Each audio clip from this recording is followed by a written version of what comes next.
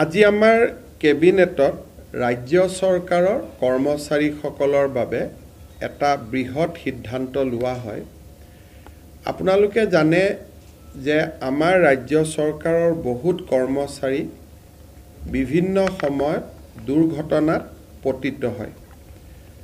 দুৰ্ঘটনাত পতিত হ'লে তেওঁলোক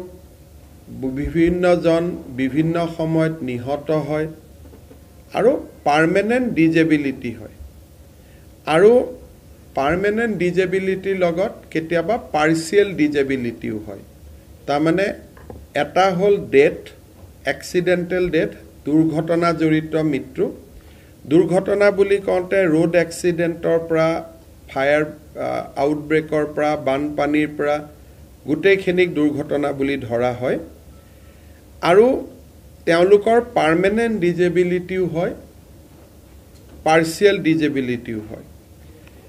ৰাজ্য চৰকাৰে ষ্টেট বেংক অৱ ইণ্ডিয়া আৰু আন বেংকসমূহৰ লগত এটা বিশেষ চুক্তি স্বাক্ষৰ কৰিব, যাৰ জৰিয়তে যাৰ চেলাৰী একাউণ্ট যোন বেংকত আছে, ধৰি ল'লোঁ মোৰ চেলাৰী একাউণ্ট ষ্টেট বেংকত আছে, মোৰ চেলাৰী একাউণ্ট পাঞ্জাৱ নেশ্যনেল বেংকত আছে, মোৰ চেলাৰী একাউণ্ট ইণ্ডিয়ান অভাৰচিজ বেংকত আছে। যি বেংকত চেলাৰী একাউণ্ট থাকে তেওঁলোকে আমাৰ লগত হোৱা চুক্তি অনুসৰি ৰাজ্য চৰকাৰৰ কোনোবা কৰ্মচাৰী দুৰ্ঘটনাত নিহত হ'লে 1 কোটি টকা পৰিয়াললৈ তেওঁলোকে ইঞ্চুৰেঞ্চ প্ৰিমিয়াম হিচাপে আগবঢ়াব। যদি পাৰ্মানেণ্ট ডিজেবিলিটি হয়, টোটেল ডিজেবিলিটি, তেতিয়াহ'লেও 1 কোটি টকা তেওঁলোকক আগবঢ়াব। আৰু যদি পাৰ্চিয়েল ডিজেবিলিটি হয় তেতিয়াহ'লে 80 লাখ টকা আগবঢ়াব।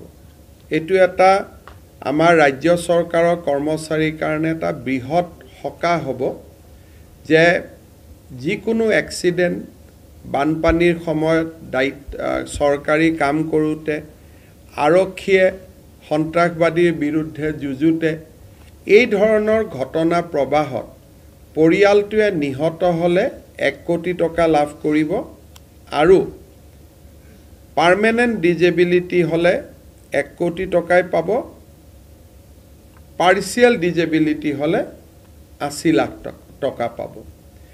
আৰু যদি বেমাৰত মৃত্যুবৰণ কৰে, চৰকাৰে দিয়া গোটেই সা সুবিধাবিলাকৰ উপৰিও এই এগ্ৰিমেণ্টৰ জৰিয়তে বেংকটোৰ পৰাও তেওঁলোকে 10 লাখ টকা অতিৰিক্তকৈ পাব।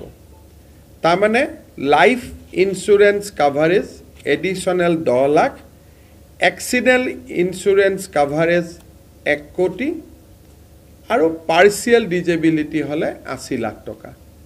এইটো আমাৰ ৰাজ্য চৰকাৰৰ কৰ্মচাৰীসকলৰ ভগৱানে নকৰক, কিন্তু যদি কেতিয়াবা তেওঁলোকৰ খুব এনেকুৱা ধৰণৰ পৰিৱেশ হয় তেতিয়াহ'লে ই এটা ডাঙৰ ছিকিউৰিটি ছিষ্টেম হিচাপে পৰিয়ালটোৰ ওচৰত কাম কৰিব।